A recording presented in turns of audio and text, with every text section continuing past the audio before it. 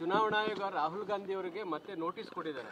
ನೀವು ಪ್ರಸ್ತಾಪ ಮಾಡಿದ ದಾಖಲೆಗಳು ನಾವು ನೋಡಿದ್ವಿ. ಅದರಲ್ಲಿ ಶಕುನ್ ರಾಣಿ ಅಂತಕ್ಕಂಥವ್ರು 2 ಸರಿ ವೋಟ್ ಹಾಕಿದ್ರೆ ಅಂತ ನೀವು ಪ್ರಸ್ತಾಪ ಮಾಡಿದ್ರಿ. ಅದು ನಮ್ಮ ಪ್ರಕಾರ ಒಂದೇ ಸತಿ ವೋಟ್ ಮಾಡಿರೋದು.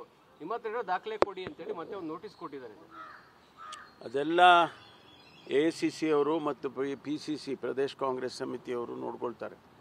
ಏಕೆಂದರೆ PCC ಅವರು ಹೋಗಿ ಅಲ್ಲಿ ಕಂಪ್ಲೇಂಟ್ ಕೊಡೋದನ್ನು ಮಾಡಿದ್ದಾರೆ ಸ್ಟೇಟ್ ಎಲೆಕ್ಷನ್ ಕಮಿಷನ್ಗೆ.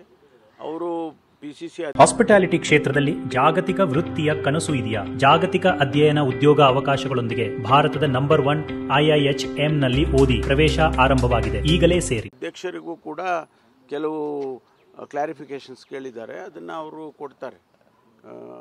ನಮ್ಮ ಅಧ್ಯಕ್ಷರು ಏನು ಕ್ಲಾರಿಫಿಕೇಶನ್ಸ್ ಕೇಳಿದಾರೋ ಅದನ್ನೆಲ್ಲ ಕೊಡ್ತಾರೆ.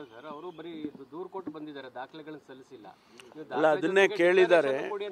ದಾಖಲೆಗಳು ಕೊಡಿ ಅಂತೇಳಿ ಸ್ಟೇಟ್ ಎಲೆಕ್ಷನ್ ಕಮಿಷನ್ ಅವರು ಕೇಳಿದ್ದಾರೆ ಅಂತ ಹೇಳಿದರು. ಅದನ್ನೆಲ್ಲ ಕೊಡ್ತಾರೆ, ಅಧ್ಯಕ್ಷರು ಕೊಡ್ತಾರೆ.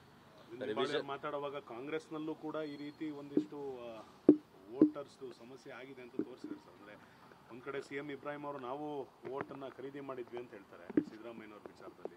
ಇದನ್ನು ಯಾವ ಥರ ನೋಡ್ತಾರೆ? ಅಲ್ಲಲ್ಲ, ಇದ್ರ ಬಗ್ಗೆ ನನಗಿನ್ನ ಹೆಚ್ಚಾಗಿ ಮಾಹಿತಿ ಇರೋದು ಮತ್ತು ಹೆಚ್ಚು ಒಂದು ರೀತಿಯಲ್ಲಿ ಅಧಿಕಾರ ಇರ್ತಕ್ಕಂಥದ್ದು ನಮ್ಮ ಪ್ರದೇಶ ಕಾಂಗ್ರೆಸ್ ಸಮಿತಿಯ ಅಧ್ಯಕ್ಷರಿಗೆ. ಅವರು ರಾಹುಲ್ ಗಾಂಧಿ ಅವರು ಅವರಿಗೆ ಜವಾಬ್ದಾರಿ ಕೊಟ್ಟಿದ್ದಾರೆ.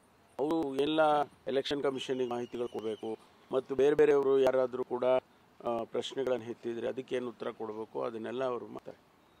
ಇಬ್ರಾಹಿಂ 3000 ವೋಟ್ ಖರೀದಿ ಮಾಡಿದ ಸಿದ್ದರಾಮಯ್ಯನವರು ಬಾದಾಮಿ ಎಲೆಕ್ಷನ್ ಗೆಲ್ಲುತ್ತಾರೆ ಅಂತ ಮಾತನಾಡಿದ್ದಾರೆ. ಅಲ್ಲಲ್ಲ, ನಾನು ಅದ್ರ ಬಗ್ಗೆ ಏನು ಹೇಳಕ್ಕೆ ಹೋಗೋದಿಲ್ಲ. ಯಾಕೆಂದರೆ ಇಬ್ರಾಹಿಂ ಅವರು ಅವತ್ತು ನಮ್ಮ ಪಕ್ಷದಲ್ಲೇ ಇದ್ರಲ್ಲ, ಏನು ಬೇಕಾದರೂ ಹೇಳ್ತಾರೆ ಅವರು. ಯಾಕೆಂದರೆ ಅವರಿಗೆ ಯಾವ ರೀತಿ ಹೇಳಿದರೆ ಅದು ಒಂದು ರೀತಿಯಲ್ಲಿ ಜನಾಕರ್ಷಣೆ ಇರ್ತದೆ ಅನ್ನೋದು ಅವ್ರಿಗೆ ಚೆನ್ನಾಗಿ ಗೊತ್ತಿದೆ. ಹಾಗಾಗಿ ಹೇಳ್ತಾರೆ ಅವರು.